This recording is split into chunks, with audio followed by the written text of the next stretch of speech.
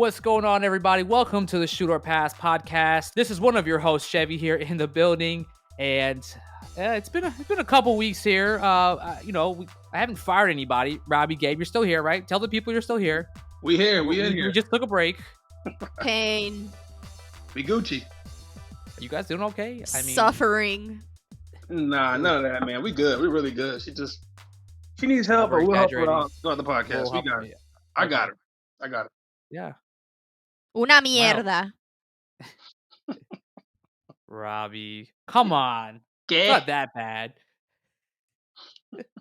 Well, you're a Magic fan. Of course you're going to say that. Who was your starting five last night, huh?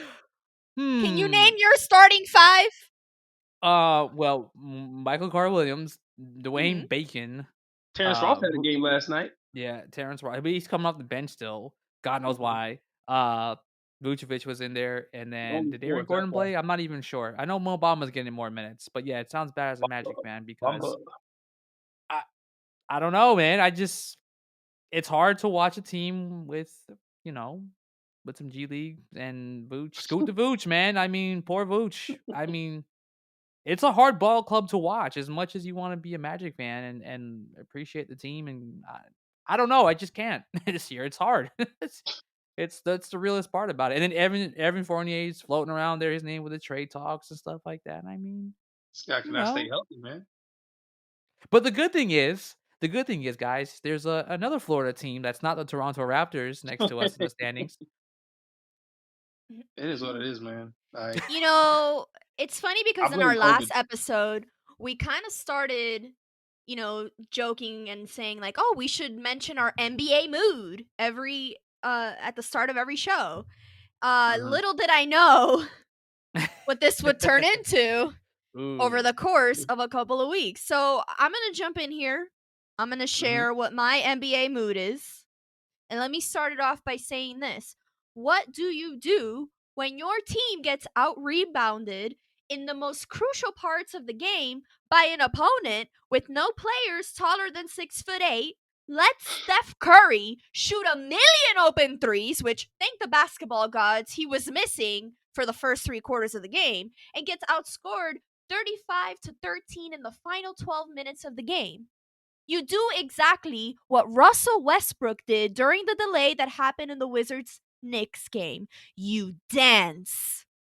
You vibe. You dance and you vibe like your team didn't just lose to a Clippers team without Kawhi and Paul George or a Warriors team that had no business beating you. You dance and you vibe like the culture isn't crumbling before your very eyes and your team is plummeting to the bottom of the Eastern Conference, only a half game above the dreadful Orlando Magic.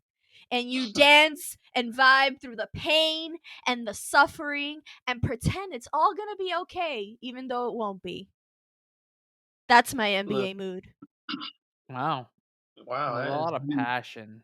Yeah, I say it is. That was good, Rhoby. I don't think we're going to follow that well, as always. But, Gabe, do you have anything to match that? Let me just add my 2 cents. Look, Rhoby, the faster you come to grips with how bad we are defensively, the better you'll feel. I mean, teams are beating us that got no business beating us. Like I said, so we got to the finals last year, obviously, right? That was in the bubble. Teams played over their heads. Look at Denver. They're doing the same thing in the West. They're the 8th seed. What happened to Denver? We thought they would be good this year. So it's just a strange year. I'm not too high on it. I'm not too low on it. It's just there. It's something to keep us entertained, I guess. But, I just feel like it's just an outlier season. I mean, you just can't get too high. You can't get too low. But we don't play defense. We're not together. It's not a cohesive unit. There's too many different starting lineups. Players are in and out. It's just no continuity. So, maybe they put together a stretch run, after the All-Star break, but it's just not looking good. We'll be participating in the playoff tournament. Just put it that way. And I don't really care. What is that even going to look like? Like, we're mid-February. Yeah, no, exactly. What is the second half of this? Like, it's just a lot this season, man. It's just not connecting the dots. Like we were on the air, after KD got pulled out of that game on that Friday night, primetime game First, he doesn't come into the game. He doesn't start, right? And then all of a sudden, they just pull him out. I'm enjoying the game because he starts bombing some shots. So I'm like, oh shit, KD bringing the Nets back, and they're going to take this game over. It's going to be a fun game to watch. Friday night, just kicking my feet up, want to watch it. Then they pull KD out, and I'm upset on a Friday night now because it made no sense. that was my Friday night, unfortunately. But shit like that, and then we'll talk about the All-Star game too. Like, it's just stuff that just you look at this, you look at the comparison of leagues now. The NFL looks like the golden child at this point. Like, for real, they've handled everything so well. Like, that's how far off the edge I'm willing to go. Pump the brakes. You're only I don't saying think that he's because lying the on Bucks that. won the Actually, Super I Bowl. believe him. I'm actually And you're with him on still that. riding on this high. Boy, I've been seeing your tweets. No, I mean, but still, like, someone if at the same take time, this man's phone. He needs to stop tweeting about the NFL and the Bucks. why am I not allowed to? Why are you gonna run my Twitter? Am I only allowed to? Am I only allowed to talk about? No, I'm gonna get your toddler to run your Twitter. I mean, he's in a Bucks shirt too. I mean, he's a Bucks fan, you know. You better look. I don't think I'm tweet, baby. Going back no, to but come on, like but look, Robbie, did the NFL play a Pro Bowl game? No, they didn't. So come on now. Who's doing it right? Who isn't doing it right? The NFL wasn't necessarily doing it right either. Okay, if you saw clips of what Tampa looked like during Super Bowl week, it was that's hot not mess. the NFL's fault. That's Florida's That's fault. not the NFL's That's fault. Florida's fault. That's Florida's fault. Come on, Gabe, we're here. We know what Florida is like right now. That's Florida's fault. Like, you can, it's a wide open state. I have Florida running through my blood. I couldn't fake not being a Floridian if I tried. Okay, I also know what's happening in Florida. Y'all just need to like secede from the rest of the continental United States. But going back to the pain. I just want to go back to the pain and the suffering that all Heat fans are suffering right now. It's crazy because last night when I was watching the game, there were 2 instances that I was like, oh, this is the play that summarizes the Heat season. One, Kendrick Nunn airballing what should have been the game-winning layup at the buzzer, which eventually took us to allowed us to continue a meltdown in overtime, or Kelly Olynyk doing what he does best, fucking shit up and gifting us with a 5-second violation with 15.9 seconds left in overtime. An overtime that we weren't even supposed to be playing in to begin with. What the fuck? It's beyond defense. We can't do anything. Why didn't Spo use that final timeout after Kelly Oubre missed a 3 with a few seconds left in the game? I don't know.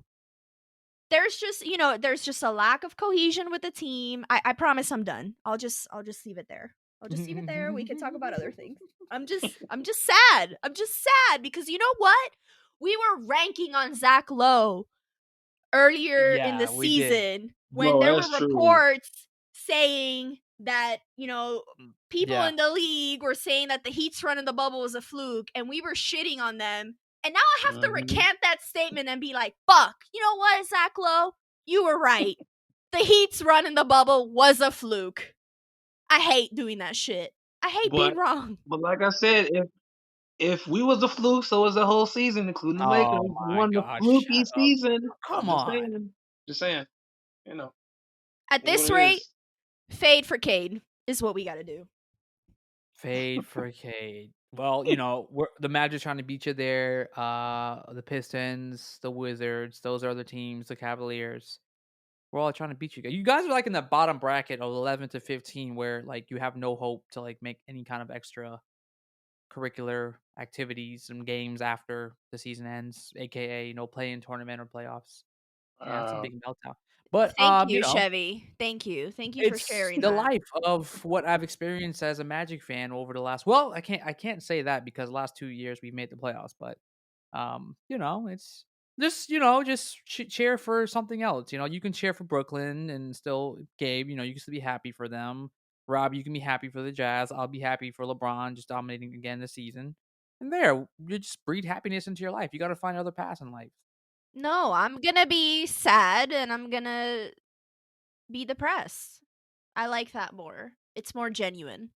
Mm. Fine. Well, I mean, we'll still talk to you guys about some basketball today. Obviously, we'll give you a round of shooter pass, pick some studs and duds towards the end of the show. As always, you guys find us at Baseline Times on Twitter, on Instagram, www.baselinetimes.com. You can find me on the Twitter machine at Baseline Chevy. Rhoby, Gabe, where's the people finding you at?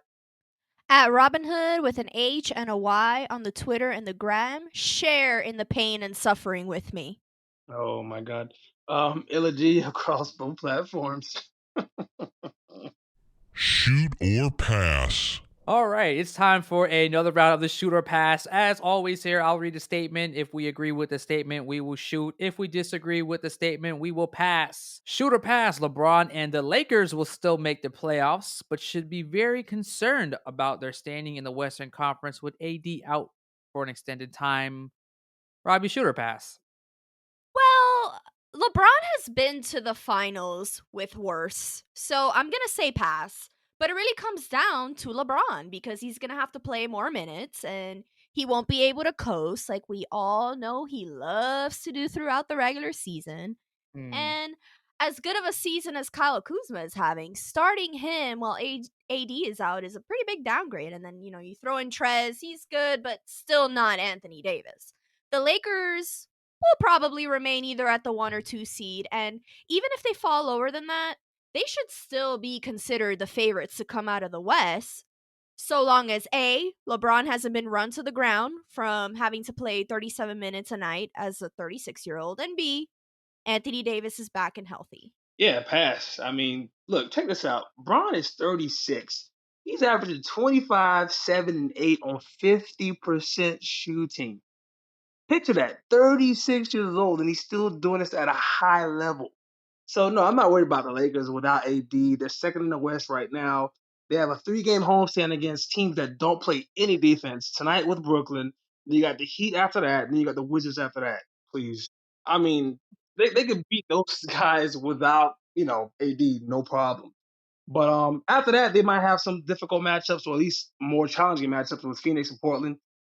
Speaking of guys who are doing it well in their later age, in their ages, Chris Paul, man, this guy's rejuvenated.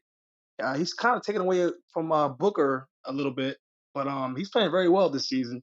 And also, CJ McCollum. I mean, sorry, Dame Lillard. He's holding the Blazers afloat without CJ McCollum. But as far as the Lakers are concerned, yeah, don't worry about them falling beyond the second seed. They'll be fine.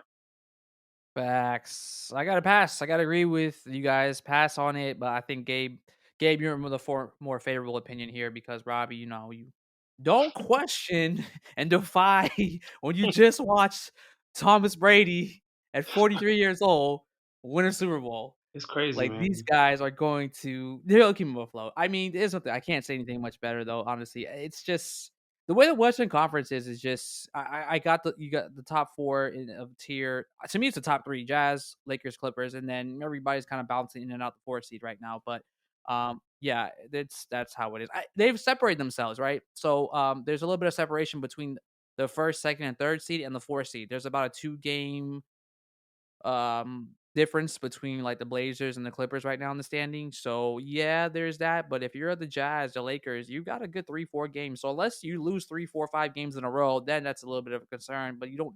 It's not like you're going to drop significantly. The concern, more or less, I would say, is if you're at the bottom right now, you don't have any grounds to make up.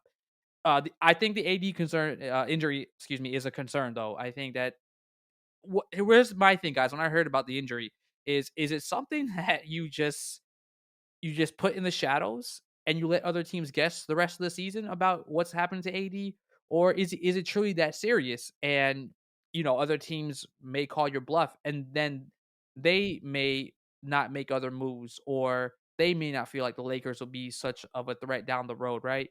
I mean, you obviously want to prepare your best and trade to upgrade your roster always.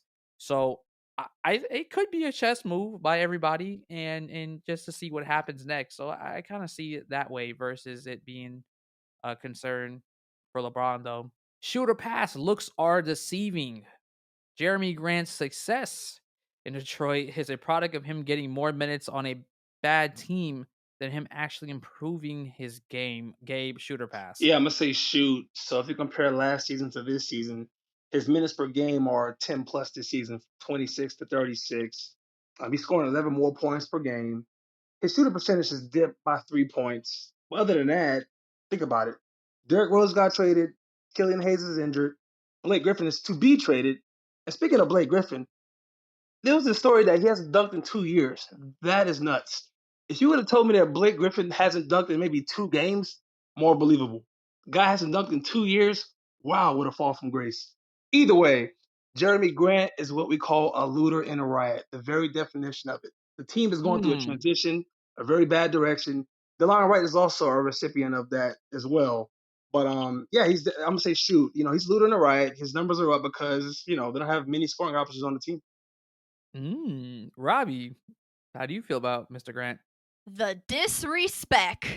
You just threw in numbers here saying that, he nearly doubled his points per game average and call him a looter in a riot? He is. Woo! I'm going to say pass. Let me tell you guys something, okay? Jerami Grant bet on himself and is proving to be worth the money for the Detroit Pistons and should be in the conversation for the most improved player award. Did you hear that? Everybody hear that? Good. Listen, there's no doubt that the Denver Nuggets are missing his production now. To me, Jerami Grant's success is a product of opportunity.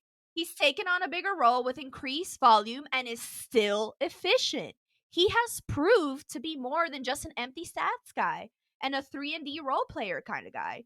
He's a starter. It's not his fault. Well, I guess it's not entirely his fault Detroit is bad. He needs a better supporting cast around him. He needs a Blake Griffin that dunks. Yeah. 2 years. 2 years. I mean, amazing. I gotta shoot on it because it's just, I gotta agree with Gabe on that. It's just he's a looter, man. It's just the disrespect. You got Josh Jackson. He's helping out too, but there's nobody there. My thing is that if you're okay, it's great. You go to a team, you show you're that consistent player, but what are you doing with it? Like, where's the Detroit Pistons right now? At the bottom of the barrel of the Eastern Conference. So they're like they haven't even won double digits games. They're 8-20 as of tonight of us recording this. Like they're bottom of the barrel. Like it's Jerami Grant. Like we're not expecting him to be like a Luka or in year 2 or something, right? Like I get it, right? I don't know. They're almost as bad as the Timberwolves. Like I don't know, man. It's almost like Cat. Like can Cat lead a team and take it to the next level? Like can he stay healthy? Like man, some guys are just cut out to take teams to the next level, and that's kind of like what I favor and what I look for. So for that, I'm going to pass. I'm going to agree and shoot. I'm sorry. It's no slight to him. He's putting up numbers because they have no one else. It's no slight on his actual game. It's just that somebody has to get the points, and it just happens to be him. Facts.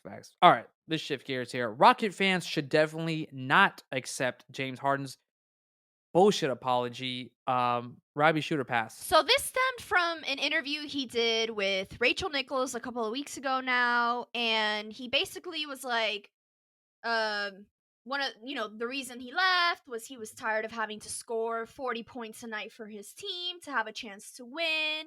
And with regards to how the trade went down, he said, that's not who I am. I don't like the negative energy. This could have happened differently, blah, blah, blah, blah, blah. And then he followed that up saying, I apologize for how it went down, but I guess I had to do what I had to do in order to get where I wanted to go. It ended up the right way. So that basically proves my theory that James Harden was in cahoots with Kyrie Irving and Kevin Durant to get himself to Brooklyn by any means possible. So but either way, I'm gonna say pass. I do think that Houston Rocket fans should accept his apology for what it is and just move on. There's a lot of layers to this shit. James Harden, I think, made it clear before the season that he wanted to get traded, that he wanted out. He was playing for an owner that was, we all know Tillman Fertitta is kind of a cheap bastard, a piece of shit. And even though James Harden had a lot of power within the organization, he was still unhappy. It's a case of where everyone involved, both the team and the player, were looking out for their own best interests. So I still think that the way James Harden went about this was perhaps not right, but it's like he said, everything ended up the right way. Just move on. Yeah, I agree, Pass. You covered it very well. At the end of the day, it's about where you want to play, right? In this day and age, the players have more power than ever. Now, as James Harden did admit, it wasn't professional the way he handled it, but he's moved on, and so should we. Last time I checked, there are fans in every arena. Cry me a river, you'll make new ones. I just feel like you said, the direction of the Rockets, they're going in a different direction. Just a year prior, Russell Westbrook also requested a trade because of the whole Tillman Fertitta and his political views or whatever the case may be. We don't know what goes on behind the scenes, but like I said, I mean, yes, was Brooklyn premeditated or predetermined? Probably so. But like I said, if you want to work in a certain place, you go for it. So I don't fault him. I'm more pro player than pro management. So as long as he's moved on, so should the fans. Yeah, exactly. And I mean, I agree. Like, we don't know 100% what went on behind the scenes. So, like, I think him, if he directs it directly to the fans, yeah, that's cool, man. I mean, hey, I gave my heart and hustle. I did what I could do, but certain things just wasn't working out. So I wanted out, and I wanted to go somewhere specific because these couple guys, Kyrie and KD, they got a game plan and they got a blueprint for me included. So yeah, I mean, I'll pass on it too, guys. I mean, this whole James Harden thing, just like let's just get over it. Like, he's in Brooklyn. Like, they have come up now at this point, right? Like, they Mm. are now, they've Second won 4 East. games straight. They're second in the East. Like, their whole comments about Kyrie finally saying, let James Harden be the point guard.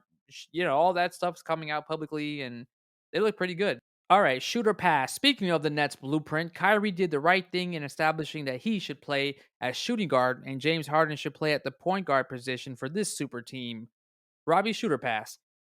Oh, shoot. This is very simple. Kyrie is better when he can focus on shooting and doesn't have to run the entire offense and facilitate shots for others.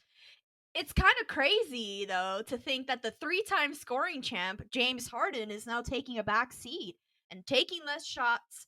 But we have to remember, James is also a pretty damn good facilitator, and that has been on display in Brooklyn. He's averaging just a little under 12 assists per game. Him running the offense is really a work of art, but he can turn it on at any time and become that prolific scorer if need be. I mean, he just did it in the Nets 24-point comeback versus the Suns the other night.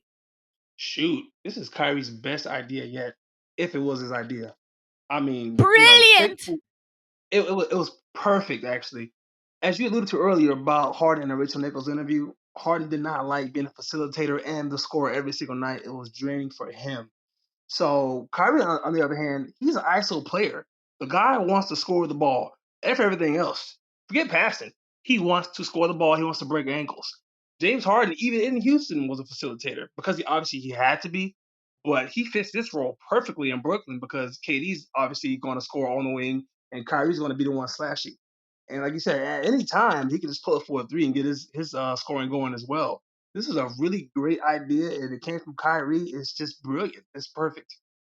Brilliant, brilliant. Yeah, I gotta agree and shoot with Kyrie. It is something that I had to rethink because at first I was like, well, James, if you go to Brooklyn, like, you let Kyrie handle the ball, you kind of don't have an option but to kind of sit there and either dribble and shoot or wait till you're open and shoot or go to the basket, right? But I think James Harden's a better passer at this rate. And we've seen what he's done. I mean, like, in the second or third game, like, that little bounce behind, he had to Jeff Green at the top of the three, and I was like, all right, this guy's got to be the point guard because I mean, at this Mhm. rate, Mm-hmm. and it's something that should work because I think Kevin Durant's such a unique player. He's so flexible, right? It's just a guy like Kevin Durant can just grab the ball, go up the court, and just pull up for three, and bang, there's a three. Put him in a post move, put him under, put him, coming off a screen or something, and he can just kind of just pop and shoot. So he's such a unique player, and demands a lot of attention too, and you just can't guard him. But James Harden, to watch him just lead, they just will the team back in that 24 point deficit that he came back from was just incredible to watch. So yeah, I gotta agree. It's like this is the guy that should have the ball in his hands. Let him make plays for other guys, and it's not just for Kyrie and for KD. I mean, you see how some of these pick and pops work. These pick and rolls work with the other guys. So I think it's a beautiful thing to see. So I gotta agree with Kyrie on this one, man. Kyrie Smart. coming back, looking good, man. Using your At the NBA. noggin. Kanye at the NBA. Well, maybe another guy that's not using his noggin too much. Shooter pass, Danny Ainge coming out and taking full responsibility for the Celtics' recent struggles is more harmful than helpful at this point. Gabe, shooter pass. Man, I mean, no shit. It's like, however, what actually got me on Danny Ainge was today about him saying that players might be tuning out Brad Stevens. Now, that is a bigger deal because of remember how Gordon Hayward was there and the treatment that he got, it rubbed players the wrong way. Rozier complaining and leaving to Kyrie wanting out. So if these guys are actually turning on Brad Stevens, then that's a bigger issue because this guy was, he was anointed as the best coach in the game. He hasn't made. Now, granted, he didn't guide the big three to the finals. That wasn't his team. But these Celtics, they've been underachieving. You keep hearing about them being, oh, they're so great. They're doing this, that, and the other. And that's obviously Dan Ainge's fault with the draft picks and the way he's been handling the team. But if Brad Stevens is the issue, then you got another problem on your hands. So yeah, I'm gonna say man on the Danny Ainge part because it's probably a combination of both. So, obviously, I'm going to shoot here. I think that him coming out and saying things like, this team was put together by me and we're not playing well. And it's, like, I feel like in that context, even though he's admitting fault and maybe taking some of the heat off of Brad Stevens, he's kind of throwing these players under the bus, especially the ones that he brought in this season. Look, there's no doubt that Danny Ainge needed to make a big move, and instead he sat on all of these assets he had for 2 years. He has failed to surround the 3 players he hit a home run on with good pieces. But instead of making shit even more dysfunctional by coming out publicly and saying, one, that the team of players that you're putting together is shit, and two, that the players are starting to turn on your coach, makes shit even worse in that locker room. Shut up. Listen, we all know that the roster you put together is shit. But maybe you should just be quiet and try and make some moves at the trade deadline. Which now is going to probably be even more difficult because you have Kemba, Tristan Thompson, and fucking Teague, who is playing awful, taking up 40% of your salary cap. He can't shoot. You're making an ass out of yourself. Just stop. Man. Well said. Well said there, Robbie, because at this point, I mean, I mean, I like the honesty, right? Like, I'm a guy that accountability, honesty, when you talk about it. So is it helpful?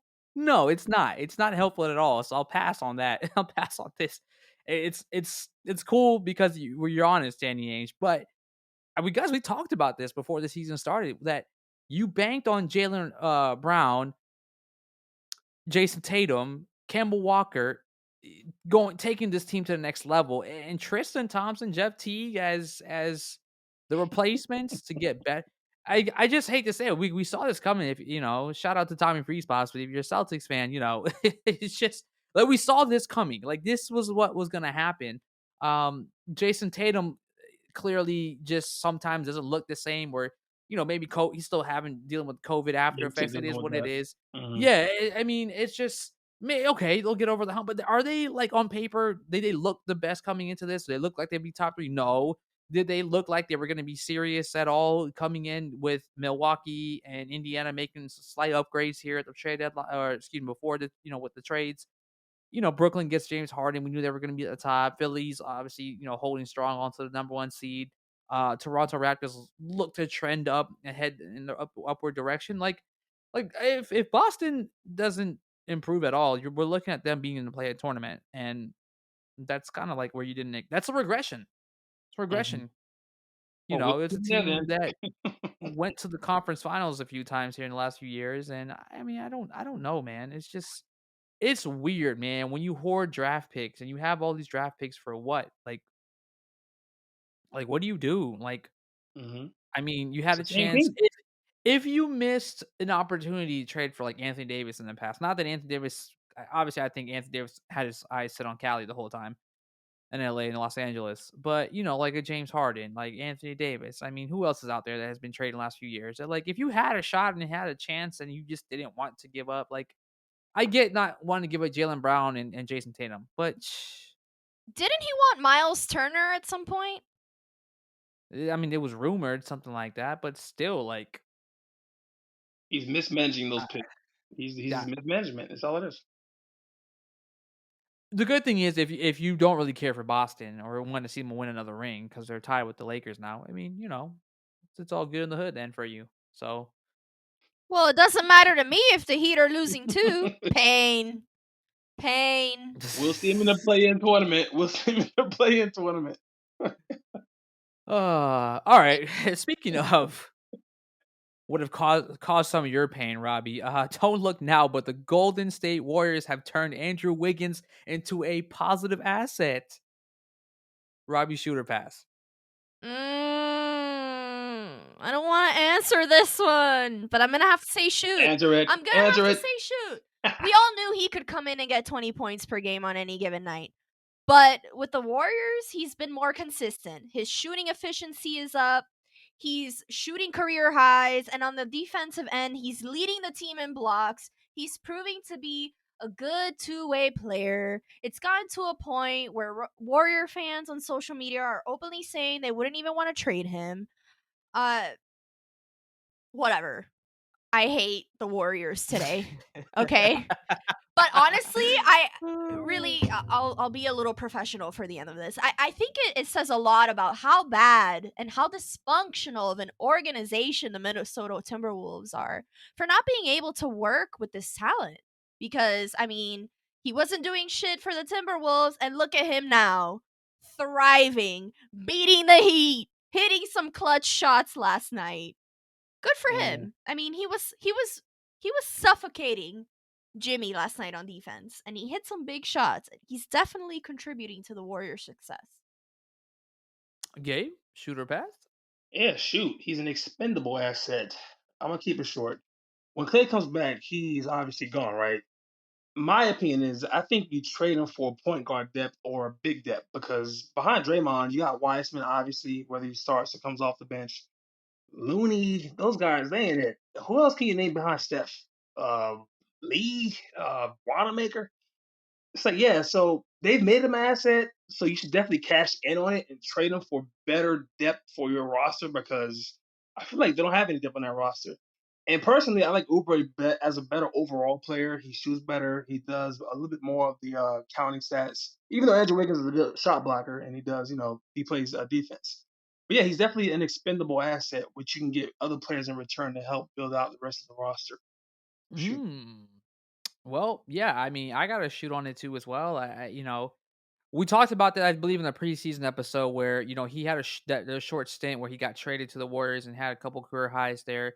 And the thing is, guys, it's just like a system of what the Warriors can do, and that we're finally get to see them turn the corner and be a more productive team. I think defensively is important because we get to see him, in that system where I like him next to Draymond. I think that was the biggest thing for me is that he was next to Draymond and Draymond giving him that opportunity. If we're looking at defensive like efficiency rating, the Golden State Warriors are headed back up to the top there. So that's the thing is that if they can stay up there and become a good defensive team, he's a big part of it. I just think they had to change a little bit of their model and what they wanted to do this year on a whim because the Klay Thompson news came out and then it's like, all right, well, what do we have in front of us, right? We have Draymond Green, we have Wiggins, we got Kelly Oubre who can defend the ball, and then let's just let Steph Curry do his thing on the offensive end. But yeah, I mean, if you can shoot, you're getting 17 points a game out of Andrew Wiggins. I'll take that. Meanwhile, Draymond Green's 0 for 2 from the field, and he's got 8 points. I'm sorry, 8 assists, 11 rebounds, 5 steals, and 3 blocks. I'll take that from Draymond and let Wiggins be a filler for some offensive help. I mean, that's definitely key there. So, shout out to the Warriors because I thought about this question, when we were going through this show rundown. I was like, well, what teams really have a system in place where it can last for about a decade or almost a second decade. And obviously, some of the Super Bowl stuff made me think of this. And I think the Golden State Warriors, they've kept Steve Kerr as a coach. They have a system and a star point guard like Steph Curry, one of a kind player in place. Because you think about the Chicago Bulls, they dominated a decade with Scotty. It was Michael. There's guys that were interchangeable. They brought in Rodman. They brought in Steve Kerr. I don't know, Gabe. You're the old school man. You know the guys in and out. Just brain fart here. But yeah, exactly. I mean, it's just you substitute guys in and out, but at the same time, you still have this core, and it's worked for a decade, man. And I think that's the cool part about what the Golden State Warriors are showing with what they've done with Andrew Wiggins. So it's cool and fun to see that. So thank you, Andrew Wiggins. Just need the Warriors to finish top 4, and they'll be a good team, man. But you know what other team has a good system in place or had a good system in place? I don't want to know. The Miami Heat. Pain. Suffering. Pain. I can't wait for our Dud segment. What just happened? I don't know. Just pain. More pain and more pain. Rhoby, let's talk about a gentleman here. Shoot or pass. It appears that Trae Young has no game outside of foul baiting these days. Shoot or pass on that? I mean, from a technical standpoint, you gotta say pass because he did dissect the Celtics last night. Had a 40-point game, hit 16 of those points in the fourth quarter. He's clearly an offensive weapon when he wants to be, but foul baiting has become a big part of his game. And some of the calls he's been getting lately are awful. They're just so blatantly bad. I mean, that one call on Jaylen Brown who didn't even touch him. Trae got that call because he just made a face. And then the other night versus the Knicks, Derrick Rose literally put his hands behind his back while defending Trae. Trae bumps into him. Boom. Foul. It's gotten to a point where he expects the calls to come down, so much so that when he doesn't get them, he rails on the refs and gets fined $20K. But he's not the only guy doing this. He's just doing it, I guess, the most blatantly this season. And as long as the refs keep allowing it, it's going to keep happening. So, don't hate the player, hate the game, I guess. Word. Gabe, shoot or pass? Yeah, pass. We all know Trae has range, but he's discovered apparently they can get more free throw shooting. So why not try it? It's worked for James Harden all this time, And like Rhoby said, if the refs keep acknowledging it, why fix it? It ain't broke, so keep doing it. It's not the most appealing to watch. I know players may take issue with it because it is annoying, but apparently it's not helping them win games because they're 3-7 in their last 10. Right. So they obviously have other issues other than him foul baiting. But like I said, yeah, if it adds to him taking maybe 5 to 6 more free throws a game to pad his own stats, shit, why not? Yeah, I gotta agree with that. I'll pass on it. Yeah, he's got talent. He's got some skill outside of just foul baiting. So I gotta agree. All right, shoot or pass. Hosting an actual all-star game in the ATL is the dumbest thing the league can do at this point. Gabe, we'll start with you. How do you feel about this all-star game in ATL? By the way, Adam Silver is on record now saying that there is going to be no ticketed parties, no club appearances, nothing like that. It's just going to be strictly basketball and a halftime slam dunk show. Gabe, how you feeling about this, man? Yeah, shoot, it makes no sense to us as fans, but you gotta look at it from their perspective. They lost a lot of revenue last season playing in the bubble. I mean, think about it. You have to set up shop in Orlando. God knows how much they paid for those hotels and the facilities or whatever they used all this time they were there. So, they're just trying to make up some revenue, I guess, to offset what they did last year, even though it won't come close to doing that. But yeah, it just makes no sense to have an all-star game. LeBron said it was a slap in the face, and I kind of agree with him. And I heard about the whole slam dunk contest at halftime. So maybe they just make it one day instead of the whole 3-day extravaganza. And I don't even know the ins and outs of how many people can actually attend the game. You know what I mean? The type of capacity you'll have. But it's just not the right decision to make. And like Chev mentioned earlier about the Pro Bowl not happening this year, the NFL got it right. Just kind of skip it. But I know they got to make money, so as a result, the show must go on. I mean, at some point, you got to put the people over the profits. I'm sorry. So I'm gonna say shoot. And just to clarify, so it's all happening in one night, Sunday, March 7th. Coverage begins at 5 p.m. Eastern time on TNT. So that's gonna be like 3 p.m. Arizona time.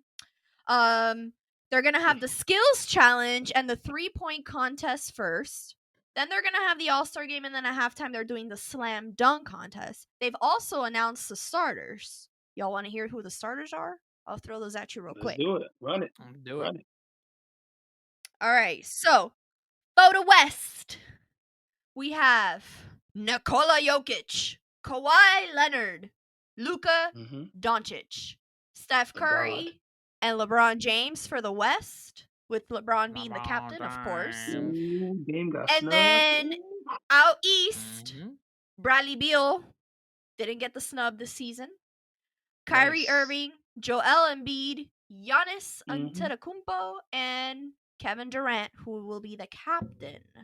So there's that. But yeah, anyway, obviously I have to shoot. Could you imagine if any one of these guys got COVID and out of, what they love to say, out of an abundance of caution, all of these all-star players had to miss games after a break, which is when a lot of teams start making that playoff push if they see that there's an opportunity to do so. And then when that happens, if you do move forward with, now that you're hosting the game, some guys did come out and say shit. You guys mentioned LeBron saying how it was a slap in the face. What if these guys were to opt out because they don't want to put themselves at risk? Are we going to see Lonzo Ball out there as an all-star? I don't know. I feel like maybe they could have, at least with like the skills challenge and the 3-point contest, you could have nominated people and they could have done it in their home courts and just like broadcasted it from their home courts. For the slam dunk challenge, they could have done like dunk mixtapes and posted them on social media or broadcasted that and had people vote on it. There were just other things that they could do. Throw sponsors and advertisers on all that and still make some of that money back that you lost in the bubble. This is ridiculous. You're putting so many people's health at risk. Yep. I mean, well said, guys. Yeah, absolutely. To me, I'll shoot too, but it's just if you don't. Apparently, the player association and the NBA agreed, right? So at some point, there's some sort of agreement. So, Gabe, you talked about like that you're not sure if there's going to be fans or how many fans. Like, all right, if it's something where we're giving back to like the healthcare workers, and we're giving back to a community, right? That's cool. Okay, there's a selling point to your players. Say, hey, look, the Super Bowl, the NFL, we they prioritize healthcare workers and their big game. Let's do something for like those folks, frontline and healthcare workers. Okay, all right, I get it. But yeah, to me, if the players aren't invested too, like a guy like LeBron, like these are the guys that make the All-Star game too. It's just if they're not invested in it, like what if they do pull out? They have the option to pull out. LeBron's voted an All-Star, but he's not. Is he not going to play in an All-Star game? Same thing for the other guys, KD, Curry. Kawhi makes it in there as a starter. We obviously will get reserves. I don't know. And then everything can be done. So, Rob, you're telling me this is going to start at 5 p.m. Eastern time? Yep. On a Sunday, well, that's right? the coverage. So the skills challenge and the 3-point challenge, that's starting at 6:30. So I guess they're just gonna talk shit for an hour and a half. And also, I want to throw in, if there is a good thing that comes out of this, Chevy, you made an excellent point saying like, if they're doing something for healthcare workers or whatever, they are saying here that they are committing more than $2.5 million towards HBCUs and support and awareness around equity and access to COVID-19 relief and vaccine. Right. So I guess that's one good thing, but still, like, is it worth jeopardizing the rest of your season if any one of these guys catches COVID? Right. And that's what I'm saying. Like, so you're okay. So going back to the whole time thing, just because. So you're about to shove a bunch of Taco Bell, Mountain Dew, and AT&T advertisements down our throat for skills and 3-point contest. It's probably going to take like 10 minutes to complete in real time. And then we're going to get the All-Star game. And then in between that, you're going to, how long is this slam dunk contest going to be for? Who's going to, you know what I'm saying? Like, I don't know. it's just a weird format. It doesn't make sense. I'll pass on the All-Star game this year. I don't know. I'm not even like the thing is too that just because we just passed the weekend of the Valentine, usually that was the coolest thing as a kid growing up. You would have a 3-day weekend. President's Day would be Monday. You'd have a 3-day weekend to enjoy NBA All-Star, and we didn't get it. So guess what? I'm not excited about a March 7th date. Like, what else is going to be on that day, Gabe? Can we binge watch something else? Who knows? Who knows? Studs and Duds. All right, let's talk about some studs and duds of the week here. We have been off the air for about a couple weeks, so we pain. That's all I can say is the word of the podcast today. Let's start with our studs. So the good things that has happened over, I guess you guys, over the last couple weeks here, last week or so. Rob, you want to start off here and share the yeah, good? let me preface this by saying I'm probably gonna regret this pick because this guy is probably going to torch the Heat tonight. Pain. Mm. But anyway, my stud is coming out of Cali. It's not LeBron. It's not Kawhi. It's not Steph Curry. It's De'Aaron Fox. Even when the Kings are losing, he is still doing shit like putting Ben Simmons on skates and putting the clamps on Kawhi in a big win over the Clippers. Mind you, this is the Sacramento Kings we are talking about here. What the fuck were the Sacramento Kings supposed to do this season? Nothing. We had them as bottom feeders. Exactly. But they recently went on a 7-1 streak.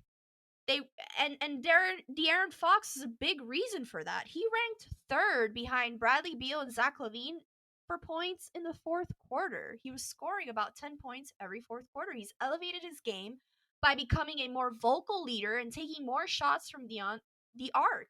This guy deserves to be an all-star, if not a starter, then a reserve.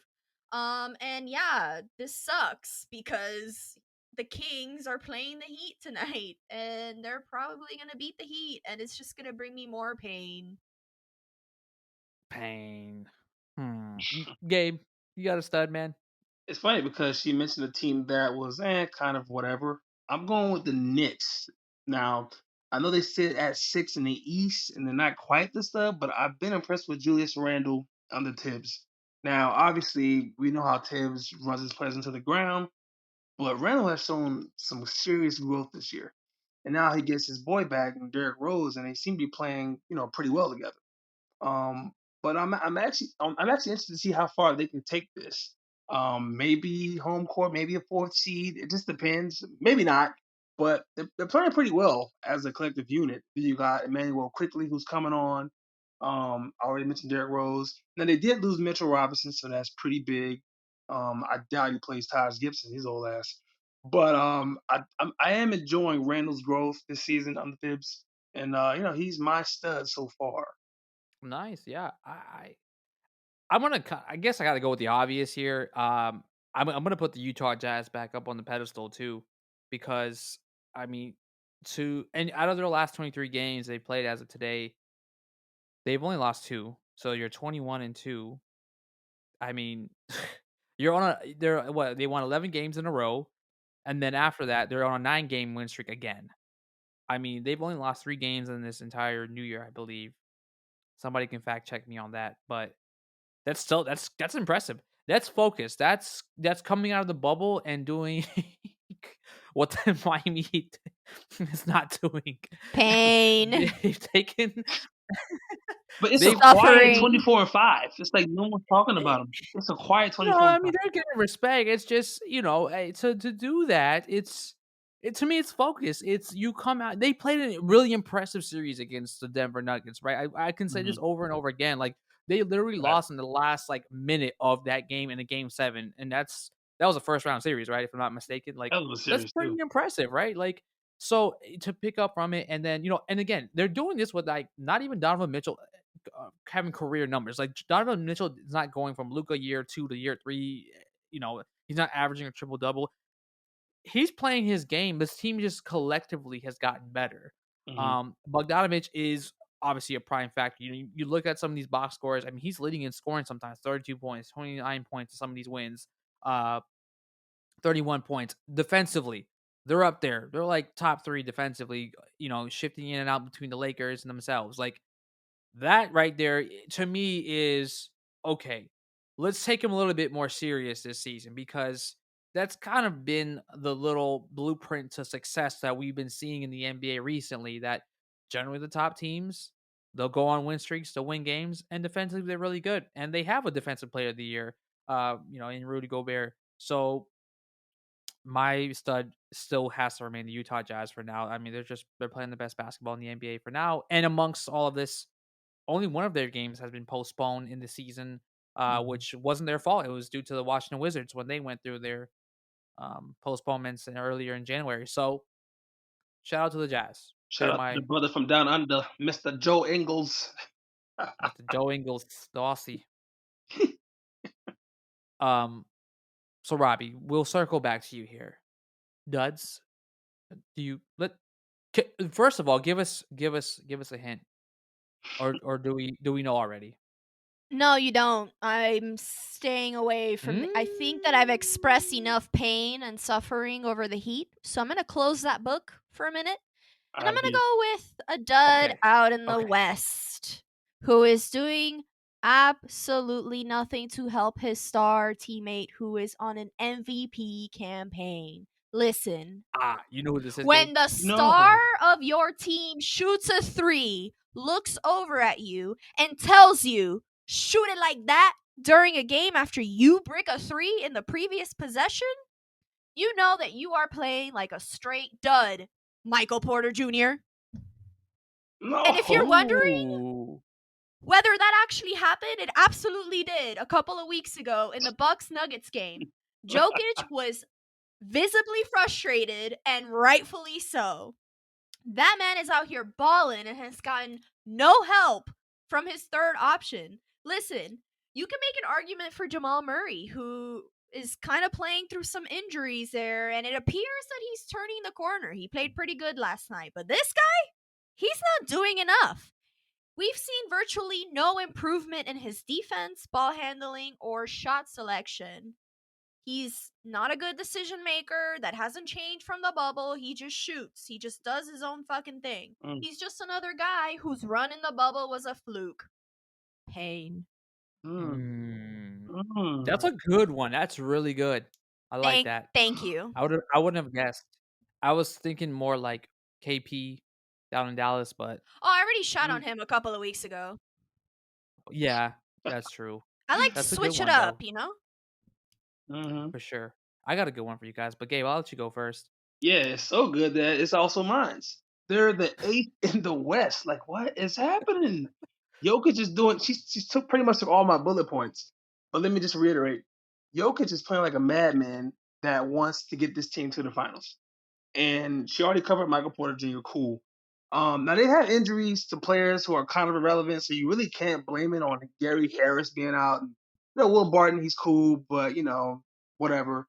Facundo Campazzo, he stepped up. You also got Monty Morris. Those guys have stepped up, but their record isn't indicative of their, I guess, team play.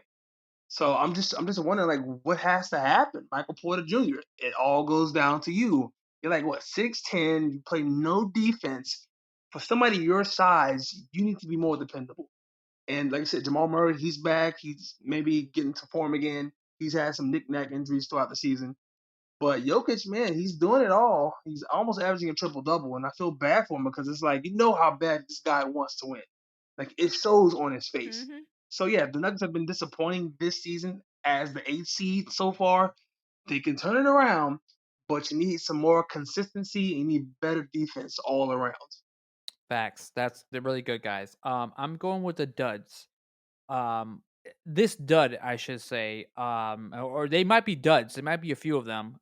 It goes out to the Orlando Magic training staff. I mean, like, I'm astonished. I just can't remember like a basketball team that has suffered so much in recent years. Like, in just this week, guys, like Cole Anthony is announced out. He has like some non-displaced fracture of his first right rib, and he won't return before the All-Star break. So they broke that earlier this week. James Ennis can't, he's day to day. Evan Fournier, I can't remember the last time Evan Fournier I saw him play in the Magic uniform. He has some sort of back issue. Aaron Gordon's out 4 to 6 weeks, sprained left ankle. I mean, come on. I mean, obviously you can't, those are some of the things. The training staff though, like, boy, they're busy, man. They are sure busy. Jonathan Isaac, Markelle Fultz out for the season. And wasting Vucevic's All-Star year again. It is incredible that so sad. Like we're jinxed. Like there's like some bad voodoo or something. Maybe he has, because of Betsy DeVos. I don't know, guys. I just there's no like explanation. It's just a very bad series of unfortunate events right now for Orlando Magic. But yeah, whoever is on that training staff, pain. whatever you guys are doing out there, it's just throw the whole staff literal pain. Literally pain. Pain. That's our duds. We're back, guys. We're back. It was great. Word. That's our show. Life. Missed you guys, but obviously it's not the best of times for us as Magic and Heat fans. But hey, we have a podcast we could talk about and vent to the people about that. I'm sure people missed us, man. You think people missed us talking about the basketball world? No doubt. Over the last couple of weeks. Especially to our fans in India. I hope I sound better. Yeah. Don't worry. Well, we'll fix that up. I was doing my thing on the football side, guys. So my apologies that we neglected here, but Chevy was on a binge. He was getting drunk every night. He was trying to get on those boats in Tampa with Tom Brady. Throwing trophies in the water. I'm gonna say after Super Bowl night, I haven't had liquor or alcohol at all because because you're old and can't hang anymore. Yeah. Yep. But wine isn't liquor. It's just more of a relaxer. No, I didn't have that at all either, bro. What? I've been very chilling out for a minute. Changed man. Been a changed man. It's just, but hey, maybe this weekend I think is a good time. I've been recovering, man. I'm a recovering man. Not because of COVID or anything like that. It's just I didn't have COVID. We know. Yeah. We're here though, guys. That's our show. Any shout outs? Rhoby, Gabe? Anybody you want to shout out today? I got one today. Imagine that. I guess I'll go first. Shout out to Naomi Osaka. Now you probably know who is that? She beat Serena Williams today. Remember, now Serena's 39 years old. She's a legend. I'm just saying, maybe some people don't follow tennis. I don't, but I follow Serena because she's fine as hell. But anyways, so Naomi Osaka beat her again for the second time, and Serena was very emotional in the press conference because I guess she sees a lot of herself in Naomi. But shout out to Naomi for beating her again because she's on the rise. She's number 3 ranked in the world. And, the girl has game. And whatever Serena was trying to do, Naomi was doing it better. So, she gave her props, and I was supposed to say shout out to her. She's beat one of the best legends in the world in the sport of tennis. That's crazy because that was like my shout out, man. Like, oh, really? My shout out, bro. Yeah, because, I thought a lot about what sport, we always give each other shit about, our favorite players and, watching these guys and argue about the GOATs in sports. But like to see, we literally watched like young Patrick and then older Tom. And then now we get to see this a few weeks later. Yeah. My homework for you guys, and because I was going to piggyback off that now, my homework for you guys is to kind of think about like next episode. What's some of your favorite old versus young matchups in the NBA? Like it's a little bit more of a harder task, I feel like, because you don't see like LeBron playing like a young, like upcoming star in the NBA. Because traditionally you don't have 22-year-olds taking teams to the NBA finals and then meeting up with like the next best thing or the best thing in the NBA, right? Like it's you don't really see that. So well, you might see LeBron play against his son one day. But I don't see why not.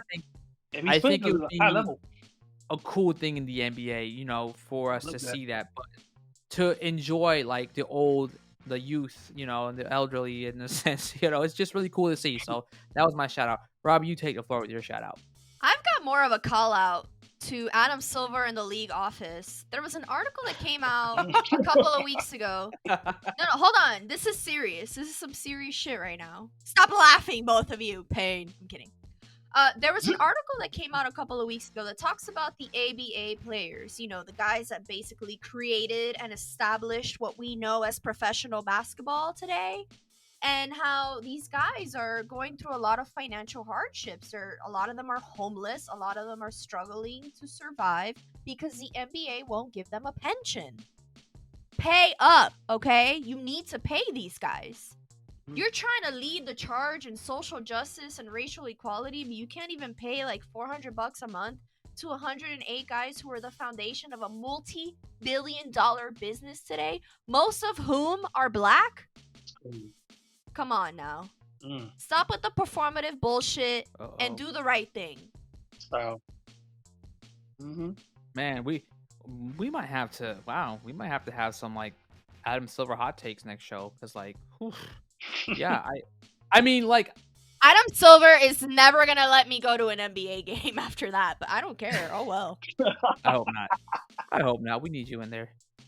And even with that said, he's still one of the best commissioners in sports. But we all have our faults, right? It sucks, yeah, I think you got to give some and take some, but at the same time, like I'm like kind of like surprised as there's still the All-Star game. But I mean, like I said, maybe there's a better underlying issue or reason why that they are doing it. But yeah, that's it, guys. As always, follow us at Baseline Times on Twitter, Instagram, www.baselinetimes.com. I'm on Twitter at Baseline Chevy. You can find me, and also please check out our other aspects of the website. Last week I was with George from the sportsontap.com. We talked about Tom Brady, how glorious it was. It was fun. Great episode, guys. Rhoby, Gabe, where can the people find you guys at? At Robin Hood with an H and a Y on the Twitter and the gram. Pain. Gabe XL across both platforms, baby. And with that, word.